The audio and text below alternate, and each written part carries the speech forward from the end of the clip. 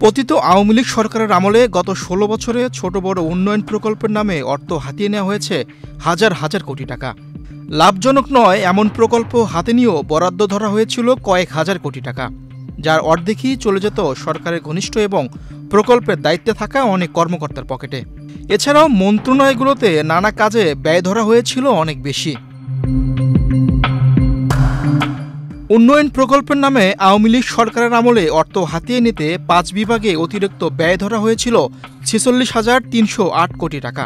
এই পুরো টাকায় লুটপাটের জন্য বরাদ্দ করা হয়েছিল।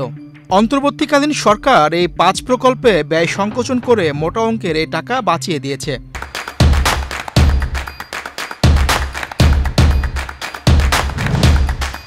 বাঁচিয়ে দেওয়া এই টাকা দিয়ে জ্বালানি খাতে সমস্ত বকেয়া মিটিয়ে দিয়ে শূন্যে নামিয়ে আনা হয়েছে। প্রধান উপদেষ্টার প্রেস উইংয়ে দেওয়া তথ্য অনুযায়ী সড়ক পরিবহন ও মহাসড়ক বিভাগে ব্যয় সংকোচন করা হয়েছে প্রায় ১০,৮৫৪ কোটি টাকা। একই সঙ্গে সেতু বিভাগে ৭,৫৩৭ কোটি টাকা, রেল মন্ত্রণালয়ে ৮,০৩৬ কোটি টাকা, বিদ্যুৎ বিভাগে ৭,৪৫৪ কোটি টাকা এবং জ্বালানি ও খনিজ সম্পদ বিভাগে ব্যয় সংকোচন করা হয়েছে ১২,৪২৫ কোটি টাকা। সব মিলিয়ে এই ৫ বিভাগের মোট ব্যয় সংকোচন করা হয়েছে ৪৬,৩০৮ কোটি টাকা।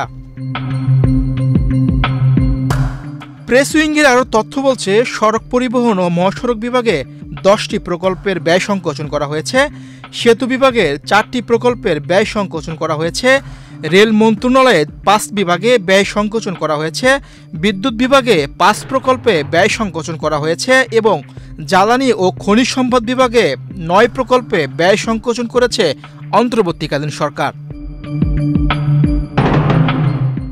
সরকারের ব্যয় সংকোচন করা বিভাগগুলোর মধ্যে সবচেয়ে বেশি ব্যয় সংকোচন করা হয়েছে জ্বালানি ও খনিজ সম্পদ বিভাগে। এ বিভাগে ব্যয় সংকোচন করা হয়েছে ১২,৪২৫ কোটি টাকা। জ্বালানি ও খনিজ সম্পদ বিভাগের অনিয়ম ও দুর্নীতি নিয়ে বিভিন্ন সময়ে খবর প্রকাশিত হয়েছে বিভিন্ন গণমাধ্যমে। তবে জড়িত ব্যক্তিদের কখনো জবাবদিহিতার কাঠগড়ায় দাঁড় করেননি আওয়ামী লীগ সরকারের নীতি নির্ধারকরা। এক কথায় বলতে গেলে অনিয়ম আর দুর্নীতিকে সংবিধানে যুক্ত করে হালাল করার চেষ্টা করেছে আওয়ামী লীগ সরকার। মীর হোসেন সরকার, বাংলাদেশ প্রতিদিন, ঢাকা।